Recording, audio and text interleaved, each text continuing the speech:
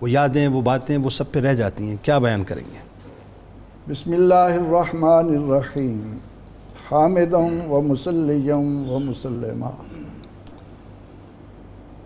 جنید صاحب بہت شکریہ، آپ نے بڑے خوبصورت انداز میں ہمارے ناظرین کو رمضان المبارک کی آمد اور اس کی جدائی کا ایک پورا نقشہ دے دیا. جزاک اللہ. اہل ایمان کی ارواح اور ان کے دلوں کے لیے ایک بہار کا عجیب موسم،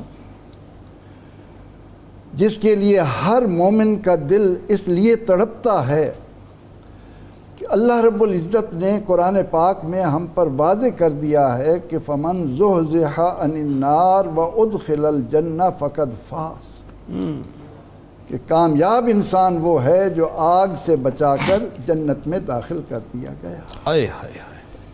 یہ چیز جب مومن کو اعمال صالحہ کا حرص عطا کرتی ہے، اس کا اتنا شوق دیتی ہے، اور اس پر یہ راز کھلتا ہے کہ من عمل صالحا من ذکر و انثی و مومن فلنحیینہ حیاتا طیبہ. پاکیزہ زندگی کا جس عمل کے ساتھ تعلق ہے، ان الذین آمنوا وعملوا الصالحات کانت لہم جنات الفردوس نزلا خالدین فیہا لا یبغون عنہا حولا.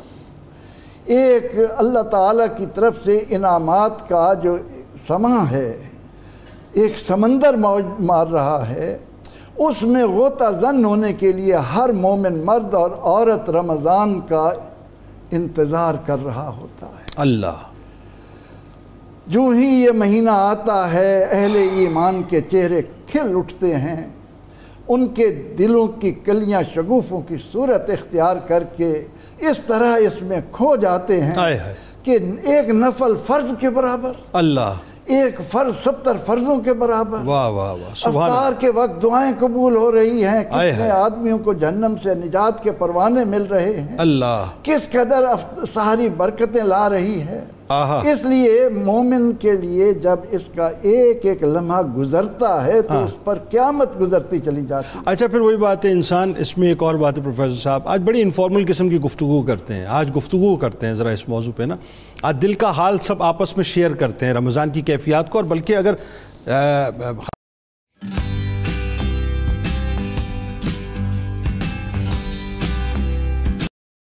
خان صاحب آپ بھی کچھ اس میں کہنا چاہیں نا تو آپ بھی سوال کیجئے اس میں، آج کیفیات اپنی بیان کیجئے کہ رمضان، پورے رمضان آپ کلام سناتے رہے. جی ظاہر ہے وہ جو ایک انگیجمنٹ ہو جاتی ہے نا، اور پھر آپ کی عبادتیں اپنی جگہ، یہ بھی تو عبادت ہی چل رہی نا. اور عبادت چل رہی ہے. تو وہ جو گناہگار کو جب یہ پتہ چلتا ہے کہ جی ایک ایسا مہینہ آنے والا ہے جس میں میرے گناہ معاف ہو جائیں گے اور میں اتنا سا کروں گا اللہ تعالیٰ اتنا کر دے گا اس کو، تو وہ تو پھر ایک عجیب مچھلی بھی کیفیت میں اس کا انتظار کرتا ہے. گناہ ہی معاف نہیں ہوتا، پاکیزہ زندگی دنیا برزخ آخرت، پاکیزہ حیات جاوداں سے وہ کنارہ پاتا ہے.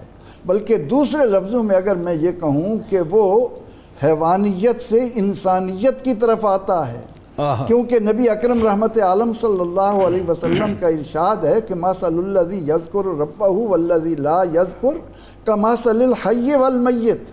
اللہ، زندہ تو وہ ہے جس کا دل اللہ کی یاد سے زندہ ہے، جس نے اپنے دل کو مردہ کیا ہوا ہے وہ زمین پر چلتا پھرتا ایک مردہ ہے. اللہ. اب یہ انعامات جب مومن کے سامنے ہوتے ہیں اور پھر پیغمبر رحمت صلی اللہ تعالی علیہ وسلم کا وہ بے مثل نمونہ اس کے سامنے ہوتا ہے کہ اللہ کے محبوب جنہیں اللہ تعالی نے وہ انعامات سے نوازا جو ذہن میں آ ہی نہیں سکتے، وہ اس قدر شوق دلا رہے ہیں، اس قدر اس مہینے کی طرف ہمیں متوجہ کر رہے ہیں، اپنے آپ کو ایک خیمے میں رکھ رہے ہیں، تمام دنیاوی امور سے ایک طرف ہو کر رمضان کی برکتیں سمیٹنے کا ہمیں درس دے رہے ہیں.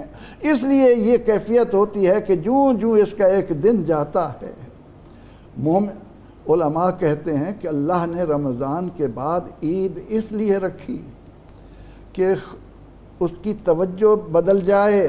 اللہ. ورنہ یہ ہے کہ اہل ایمان اس غم میں کہیں اپنی جان ہی نہ دے دیں. اس لیے اللہ تعالیٰ نے عید رکھ کر، وہ ہے نا کسی نے بہار کے گزرنے پر